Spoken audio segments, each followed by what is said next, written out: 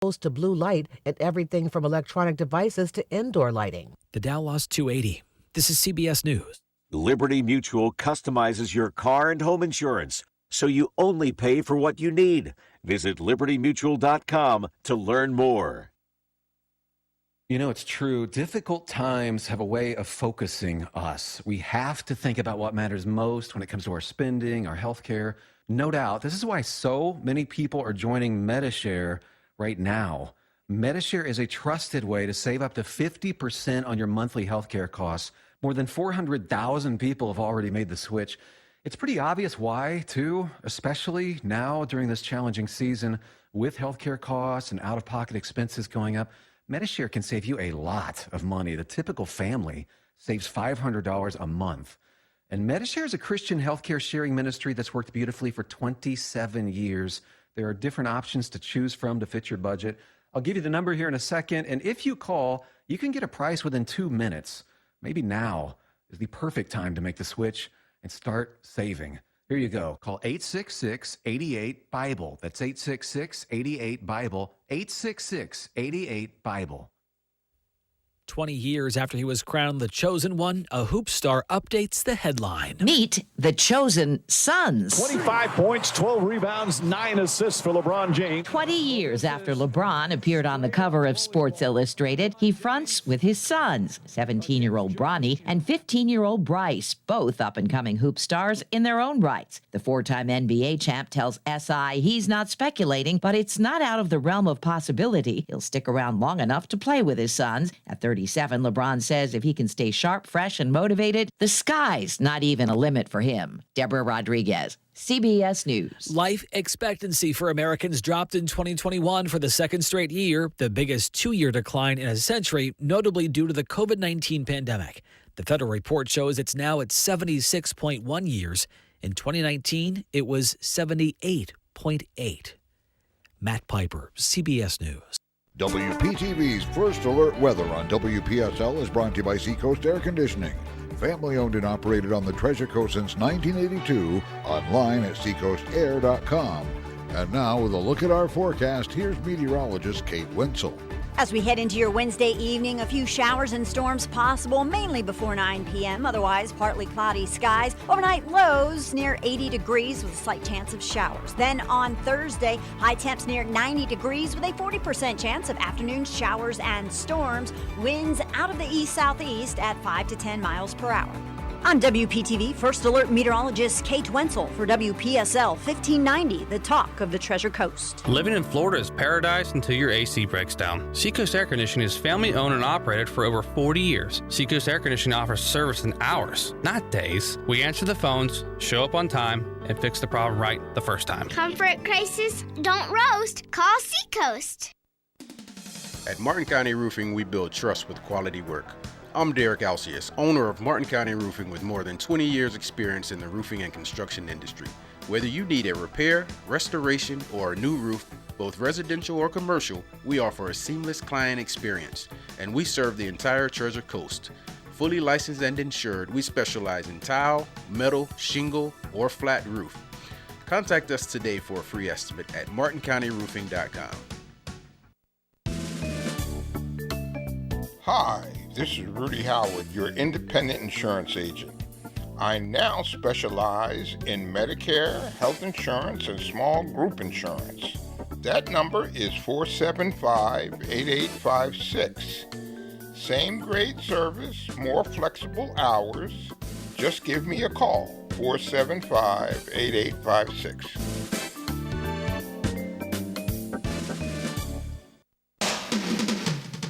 This is WPSL Port St. Lucie, the talk of the Treasure Coast.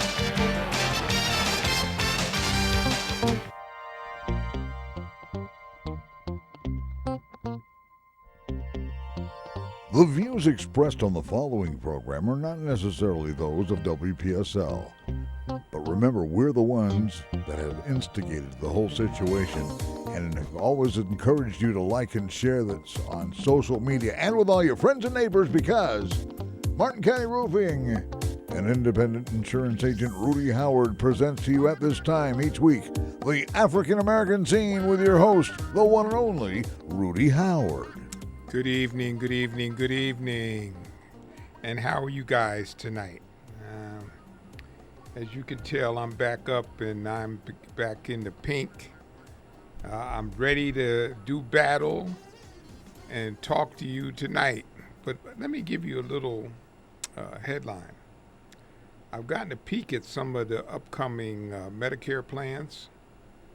Ooh, some of them are going to be good for you. How about those first-time guys that's just going to turn 65?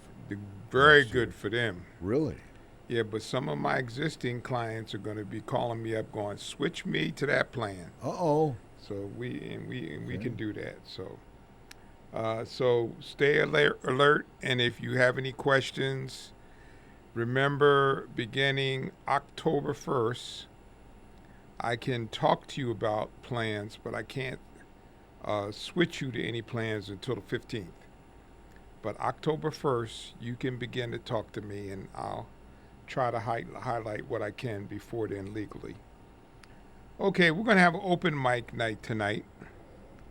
And if this is the first time you've ever listened to me, then what I do is I give you a list of topics, and then I go back and fill in the background on those topics, and I encourage you to comment on the topics that I have highlighted. Here are the topics for tonight. Topic number 1. What should we expect from our government? What should we expect from our government? Topic number 2.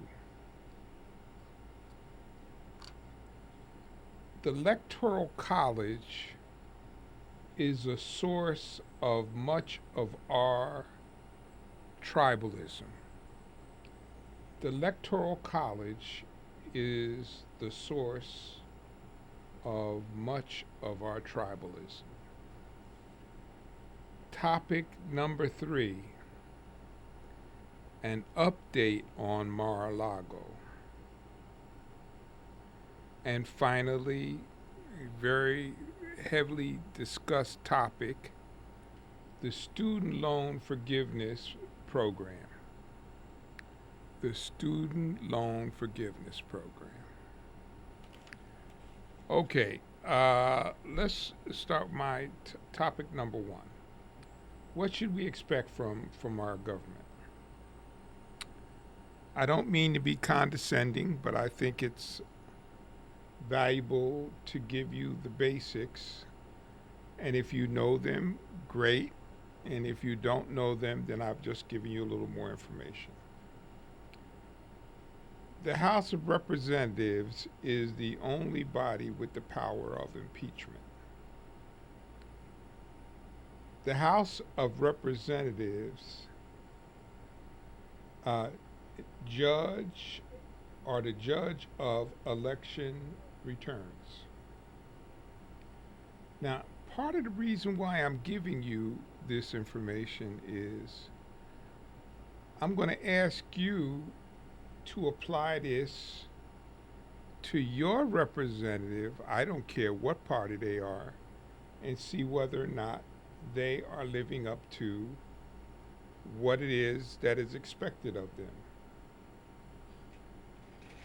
The House of Representatives body can determine the rules in which they operate. All bills and the raising of revenue is done by the House of Representatives. All bills must be presented to the Senate for concurrence or modification.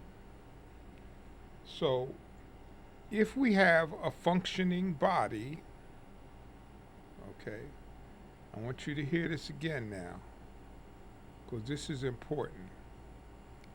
If we have a functioning body, the House of Representatives should be presenting bills and issues to the Senate about issues that are important to us in our communities. Okay? And ask yourself, do you think your representatives are doing that? Votes in the House of Representatives are approved by majority. And there are 435 members in the House of Representatives. In the Senate, there are 100 members. They have the final approval of bills created by the House of Representatives. They have the approval of members of the President's executive staff.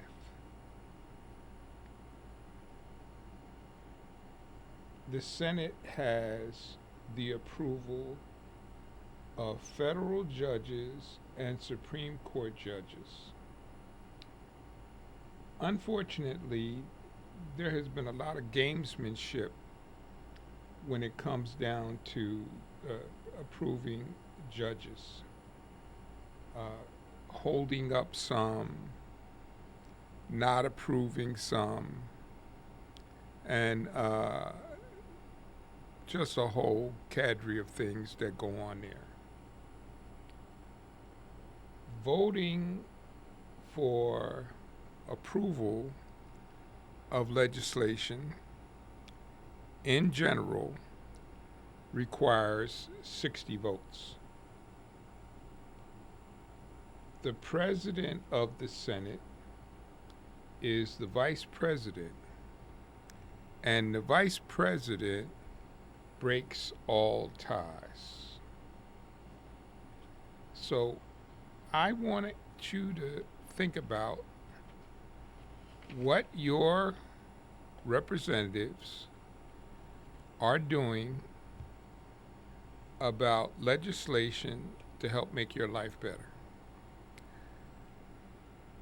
You can pick on Joe Biden all you want, and some of your criticism would be well-founded.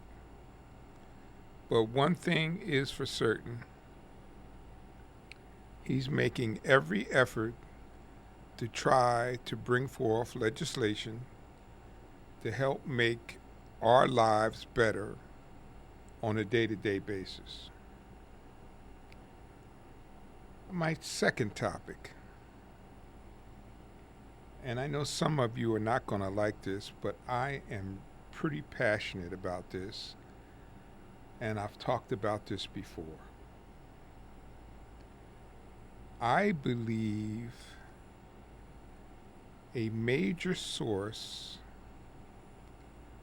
of some of our consternation is the Electoral College. Let's talk about why I feel that way. In Bush v. Gore,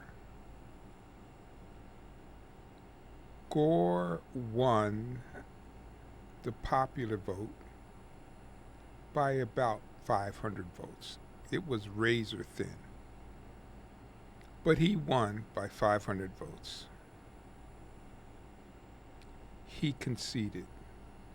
He had several avenues to fight the outcome, and he was encouraged by his campaign to fight, but he conceded for the betterment of the country. There's no question about that. You can argue about the count, but he conceded when there was an avenue to protest. That's a fact. Trump versus Hillary. In that election, Hillary beat Trump in the popular vote by 3 million votes. Think about that for a second. She beat him by 3 million votes, and she conceded.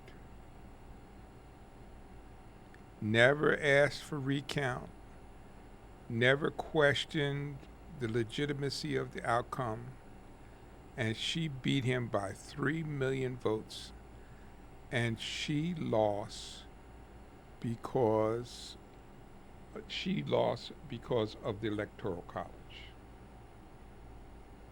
Now, Trump versus Biden.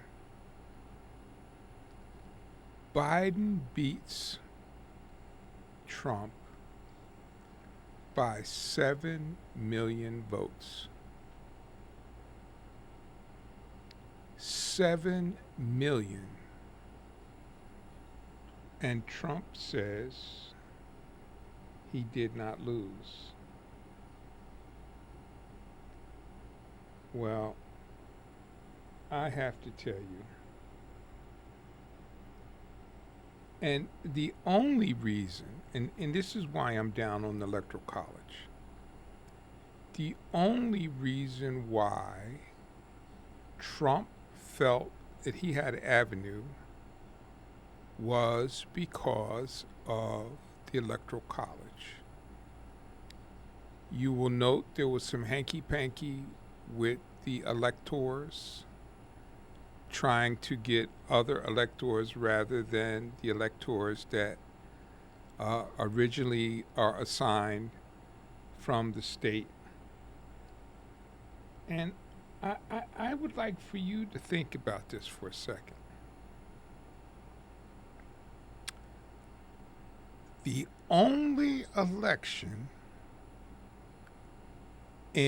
from kindergarten through Senate, House of Representatives is majority.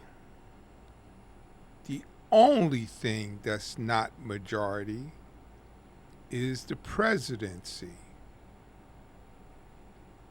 And because it is not majority, there's this hanky-panky with the Electoral College. If you could remove the Electoral College from the equation, people would have to live with their loss, like everybody else does at every other level. But because of that Electoral College, and if you don't know the history of the Electoral College, let me give you a brief summary of why it was created. When the founders was creating the process for electing our representatives, and for selecting the president, they felt it was very important that there would be people informed that were making the decision about who the leader would be of our country. At that time, just think about it, and this is why I say I can't argue with the logic for when it was created back then. Back then, when it was created, we had horse mail, snail mail, horse and wagon. Pony Express. Yeah, Pony Express. And I think we might have had the start of some wire communication. Morse code and the teletype. Right. Just very primitive. And I mean, we look back on that now and it's a joke. So to me, and I've had this argument with one of my conservative friends, to me, that made sense that you wanted to make sure that the representative electing the president was knowledgeable. So thus was the reason for getting electors in the states to ultimately place the vote for president. But that time has long passed. Long past. With TV and internet, we can have information at the blink of an eye. So why are we still looking to electors to elect our president? If there's anybody that can call up and defend that, I dare you to call me, because there's no defense of that. And don't tell me about it gives the small states a chance. The small states get 2 senators. And some of those states that are really small, some of them are smaller than cities and they get 2 senators. That's a counterbalance to have them have a larger impact than the size of the state. So that is not an argument. There is no earthly reason to justify the continuation of the Electoral College. Now, that's Rudy Howard talking. That is not anybody else. And what I further suggest to you, eliminating the Electoral College would further support our democracy. If you want to take issue with anything I said, that number is 340-1590. That's 340-1590. Now, I say the elimination of the Electoral College would enhance our democracy, because our democracy is threatened right now. And it's threatened because of the games that they're trying to play with the Electoral College, putting up substitute electors, trying to decide what votes are properly done. That's not the way. You know, our system was designed to be like an athletic competition. The person with the best ideas wins. Simple.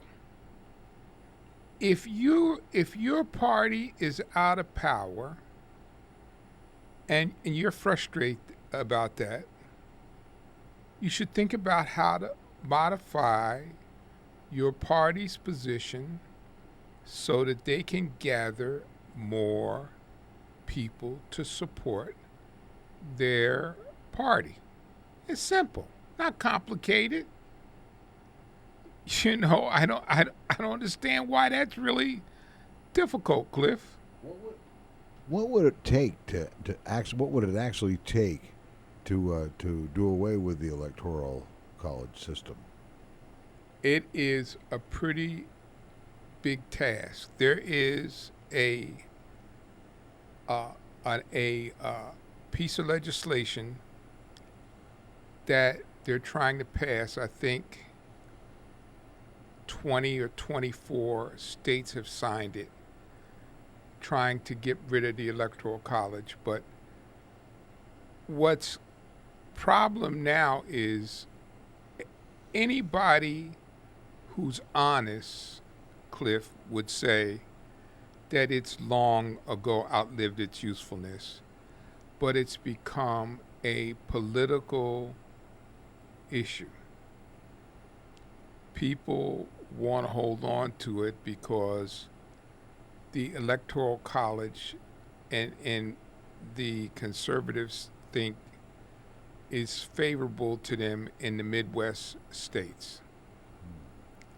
So, but like I said, I am thoroughly convinced it is part of what creates our tribalism. Because if it wasn't for the Electoral College, it's just you win or you lose, like everything else. Everything else in our country is you win or you lose. We've had 2 elections where the majority winner did not win.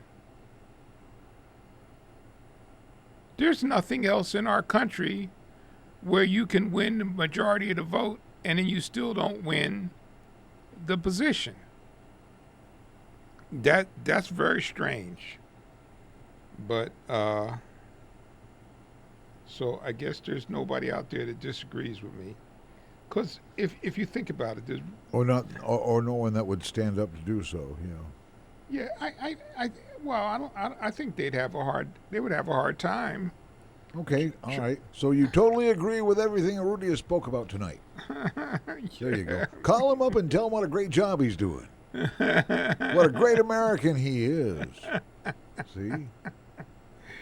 Yeah, well, okay, well, I was not suspecting that anybody would agree with me what I said about the Electoral College, and I know my conservative friends are out there listening. See, usually when somebody wants to argue a point, coming up with a good answer, to the situation, what would it take to do to do away with the Electoral College system?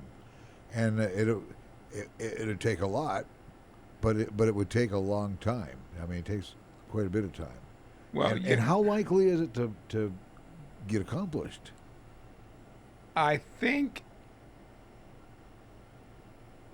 it's possible. In the current environment, highly unlikely, but I do think it's possible because if you could, I would bet you, my conservative listeners that are listening, if I could sit with them quietly, they would say, yes, you're right. Now, in a group setting with the rest of their fellow conservatives, they're not going to admit that. And they're probably not going to vote. They probably wouldn't vote to get rid of it either, even though they would admit that it doesn't make sense to continue with it. So, but I think, Cliff, there'll come a point at which, and I may not be alive to see it, I think there'll come a point at which people will actually come to the conclusion that I've come to. It's just bad business for our country. Just bad business for our country. They don't have an electoral college system voting in other countries, do they? No. Okay. No. Our electoral college system is the peculiar, strange system, They have parliament, but parliament, the thing about parliament is that it can object to the performance of the leader at any time, which is kind of interesting. And then they also have the shadow cabinet in Parliament, which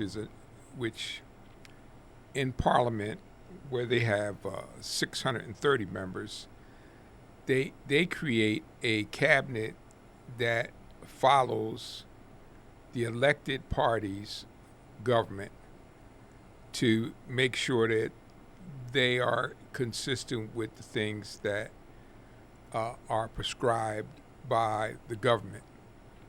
And if not, they can be called out on it. And as we've seen in the past few years, when they're not happy with the leadership of Parliament, the president can be called down and a change can be made right in the middle of an election. Wow. Yeah, we've seen that, right? We just saw it. Pretty much. Yeah, yeah. So that's a very interesting thing. Now, Mar-a-Lago. First of all, let me tell you what I think about what's happening here with Mar-a-Lago. But you know what? Before I go to that, let's take a quick break. And again, if you want to call in, that phone number is 340-1590. That's 340-1590. Don't touch that dial, because we'll be right back. You're listening to the African American Scene on WPSL. Hi, this is Rudy Howard, your independent insurance agent. I now specialize in Medicare, health insurance, and small group insurance. That number is 475-8856. Same great service, more flexible hours. Just give me a call, 475-8856. This is WPSL Port St. Lucie. We now return to the African American Scene with Rudy Howard. Okay, Mar-a-Lago.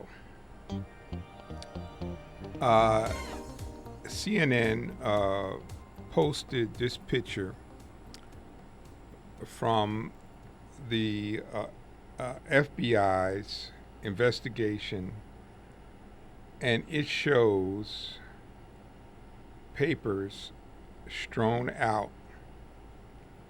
within, I presume, Trump's Mar-a-Lago office, and it shows secret and top secret documents all over. Just unbelievable. Now, I'm going to get into what this basically says, but I will tell you what I think this comes from. Trump has a great admiration for the strong arm of autocrats, such as the China leader, Erdogan, the guy in the Philippines, Saudi Arabia. He likes the idea that as the leader of a country, you are able to do whatever you think is appropriate within the country. Doesn't work that way in the United States. The leader has boundaries. He has guardrails. There's things that he can do and there's things he can't do. And the idea that the papers that were generated during the course of his presidency don't belong to him, I am sure he finds very frustrating. I'm giving him the benefit of the doubt. I think he's just frustrated as hell that those are documents that were created while he was president, and he has no rights to those documents. Well, welcome to the United States government. Those documents belong to we the people. That's the difference. In the autocrats, the documents belong to the autocrat and the government. In United States, those documents belong to us. They don't belong to him. And that is a very difficult bridge for him to cross. The U.S. government documents at former President Donald Trump's Mar-a-Lago residence were likely concealed and removed from a storage room as part of an effort to obstruct the FBI's investigation of Trump's potential mishandling of classified materials. The Justice Department said in a filing Tuesday night. The filing represents the DOJ's strongest case to date that Trump concealed classified material taken from his time at the White House. The Justice Department revealed the startling new details as part of its move to oppose Trump's efforts to intervene in the federal investigation that led to the search of his Florida resort and his desire for a special master to be appointed to the case.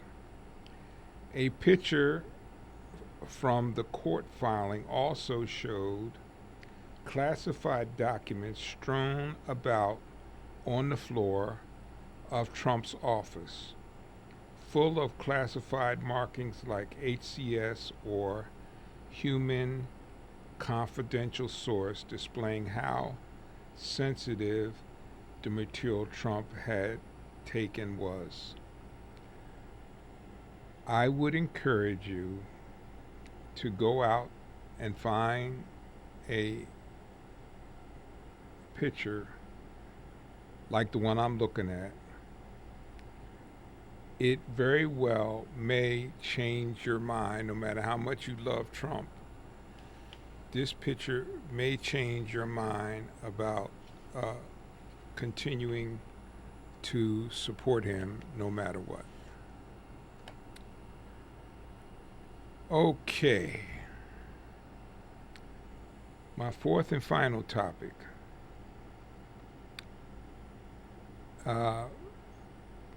President Biden's student loan forgiveness. There are people that have a really hard time with the idea of student loan forgiveness. I had student loans. My wife had student loans. I don't have a problem with student loan forgiveness. I really do not. I would suggest that anybody that really has a problem with student loan forgiveness should really take a good look inside themselves. And we got Jay on line one. My friend, how are you, sir? Okay, I'm doing pretty good, Rudy. How you doing, man? Okay. I just want to give some facts, because I think I have the credibility to do that. But number one, I just want to let people know that I was just earlier today. I was listening to Malcolm Nance. He's a retired naval intelligence officer, and he's got a new book out called "They Want to Kill Americans." I got it. Oh, you got it. Oh, that's good. He was just announcing it today. I didn't know. I got to get that myself and read it, because it would go right into what what I used to do, and when I was in the Air Force, that was my career field of communications and intelligence, and I had the highest classification, top secret crypto clearance in the U.S. Military, and I believe in the government, because it covered everything that they're talking about now, and it's kind of sad that we have a segment of this community that can't see it, and don't realize what they're up, what they're doing to this country. And if we don't turn out to vote in November, I tell everybody this. I said we're on the cusp of losing this democracy right in front of our eyes, right in front of our eyes, we're going to lose it because those folks are going to just do what they want, change everything around. Once they get in power, they're going to change the election system. Where only certain people can vote, and that's the way they want it. They want to turn the clock back like it was 1780, and they want to go back to the good old days, and when, slavery was going on, and even after Lincoln freed the slaves, and we had Reconstruction, and we had black men getting in office down in the South. What did they do? The Klan moved in. The Klan started right about that time, around 1860 or 70, and then the rest everything went downhill, and it changed. So that's what they're looking at. That was part of their glory days. So they want to bring it back, and a lot of us don't see it. We just go around, and we go along, with our everyday duties, working or whatever, but we don't understand what's really going on or happening in this country.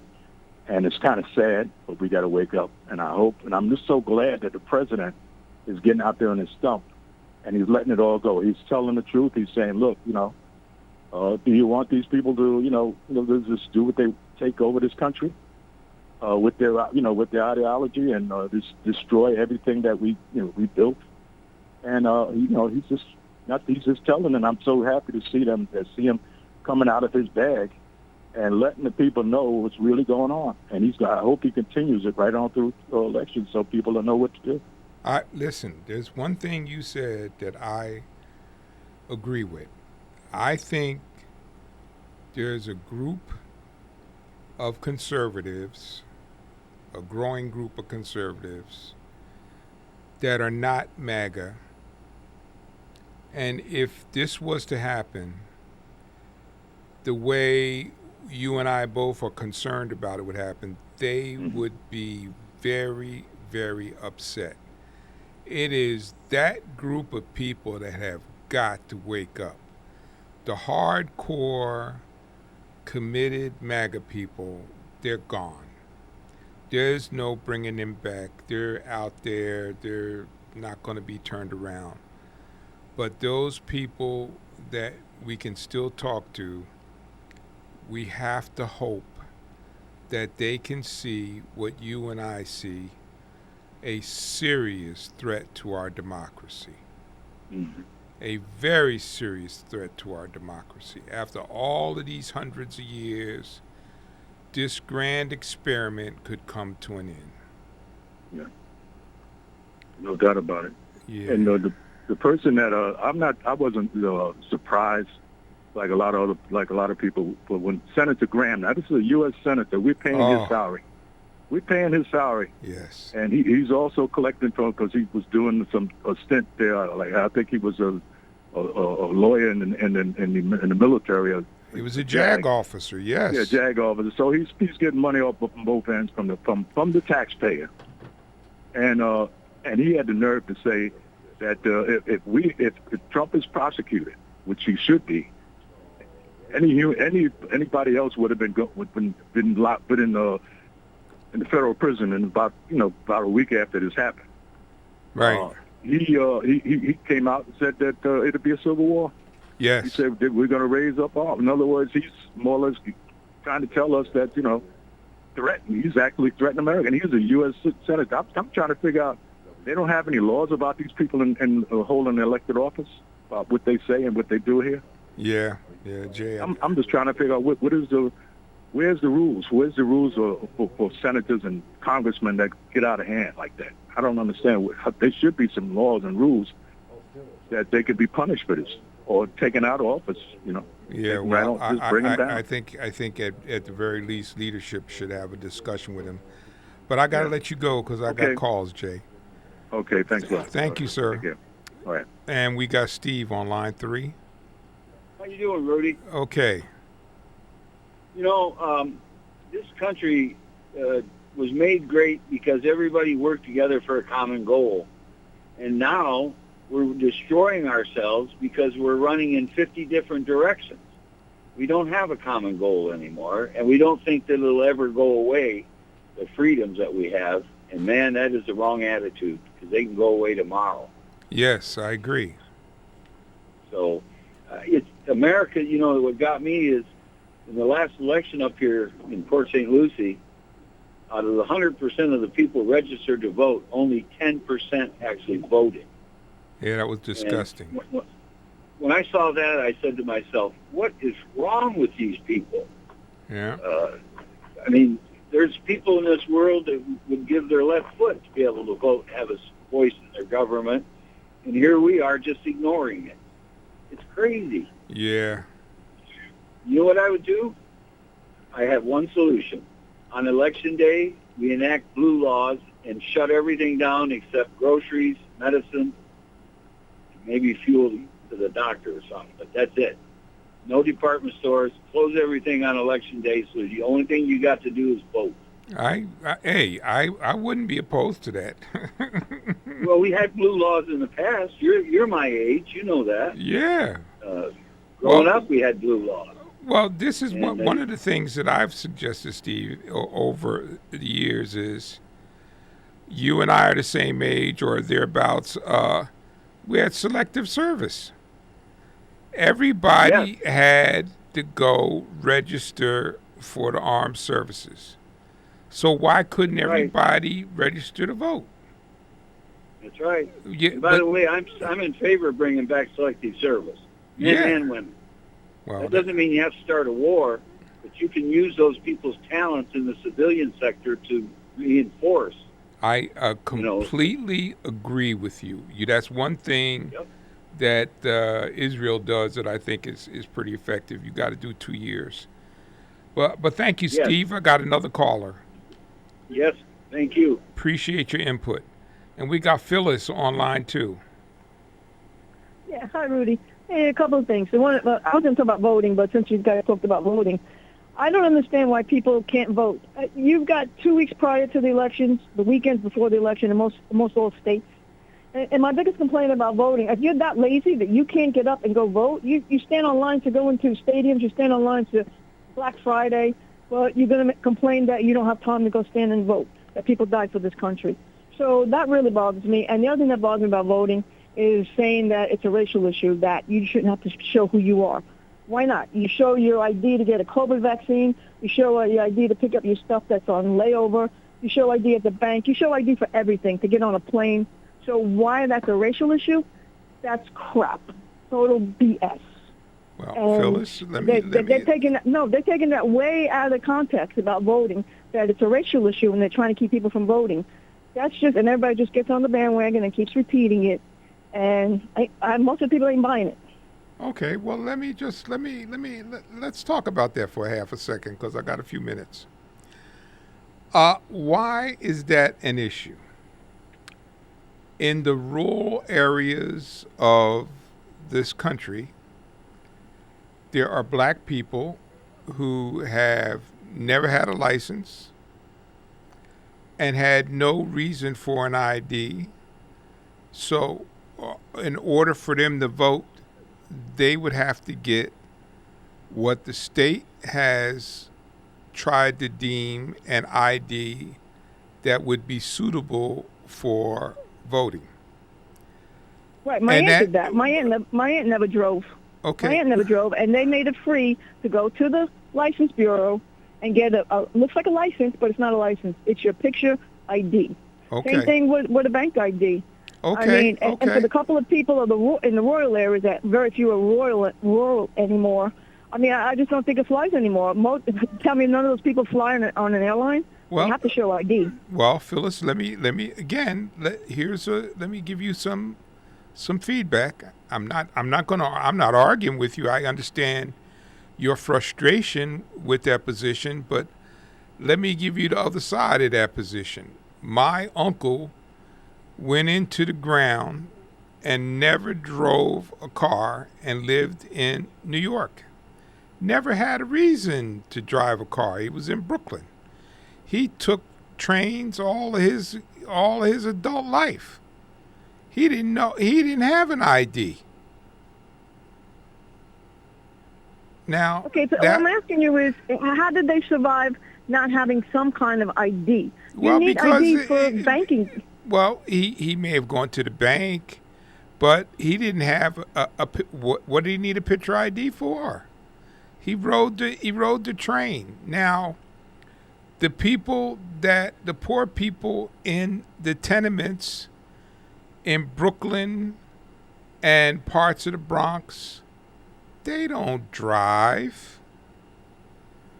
Phyllis, they don't drive. Now, if you want to get on them and say, get your butt down to the DMV and try to get yourself an ID, okay, you can make that argument. But there is absolutely a racial component to people not having an ID. And that doesn't. Wait. Just what I want to say to you is, there's a racial component. Not to say that it's racist, but there's a racial component to people not having ID, created by the culture in which they live. Right, that could be in the past, but do you think to this day and age that that's the majority of the people anymore today? I don't think it's... Especially when they waive the fee. And how about you just bring your ID from the bank? Listen. Everybody has to have a bank ID, I'm sure. No, they don't. And Phyllis, Well, they put the money under the mattress? My friends that live in New York who have money, they had licenses, but they didn't drive. Do you know what they did? They rented a car. That's a very huge business in New York. People that live in New York rent cars because they take the subway, or they use a car service, or they take a cab. And it's the same way in Chicago. And all I want to say, Phyllis, is this. I hear your frustration for making what appears for you to be a racial issue when there is none. And what I want to just suggest to you, there is a racial component. I'm not going to say it's racist, but I want you to consider that there is a racial component to people not being able to have an ID. Okay, so I get your point, but they always turn it into a racist issue. Now, my aunt was white as could be and never drove and never had a license, okay? And a lot of the people in rural areas, they're not all black. A lot of them are white. Yes. But everything has to be made into a racial issue. Why do they have to keep dividing this country and keep saying it's a racial issue, they don't want the blacks to vote? That's garbage. And that's why people don't get along, because they're always having to throw fire, sticks on the fire, whatever you want to call that slogan. But that's what I'm saying. That's what divides this country. They have to stop that nonsense. Okay, really now I'm gonna give you a reason why it happens. Okay, when Trump was contesting the vote for that came in, he looked at 3 specific areas. He looked at Forsyth County, Georgia. He looked at Philadelphia, Pennsylvania area, and he looked at the Maricopa County in Arizona. Guess who the majority of the people were in those areas? Want to take a guess? I'm sure you're going to tell me they're black, but I don't know. Well, look it up. You look it up. No, I get your point. I get your point. But what I'm saying to you is it always seems to be, blown out of proportion. And as far as people don't have a license or an ID or a bank card, or you don't have something that comes to your house with a bill on it, the electric bill, the furnace bill, I mean, you have ID. Everybody has ID. Nobody in this country does not have ID. There's no way you survive today without ID. You have to have an ID. You go to the hospital, you have ID. You have something to prove your ID. Where you live, it has your address on it. So there is a way, and they got to stop that nonsense. I'm sorry. I get what your point is, but to this day and age, there's no excuse anymore. There's none. Okay. Well, all right. So we will have to agree to disagree. Only thing that I'm going to say to you is I'm not going to say that it's racist, but I'm going to say, and I made my point, is that there's a racial component to why someone might not have an ID. Right, but there's not enough people to say that this is blown out of proportion, or let's make it just a hardship because there's as many whites that live in rural areas as there are black, and we'll end it there. Getting back to the college thing, that you said you don't have a problem with that. I'll tell you why I have a problem with that. Okay, I went to college. I did 2 years of community because I knew I couldn't afford 4 years. Okay, and I worked my butt off. I worked 42 hours a week while I was going to college. Phyllis, I'm going to have to cut you. I'm going to have to cut you off because we're running out of time. I really appreciate you calling. Please call back next week, and let's finish that conversation about student loan. I'd love to. But thank you for your call. Yeah, I do. I'd like to see your opinion. Yeah, I appreciate it. Okay. Thanks for your show. Okay. Folks, I'd like to thank you so much for listening to the African American Scene. God bless and be safe. And I will see you next week right here for the African American Scene. This is WPSL Port St. Lucie, the talk of the Treasure Coast.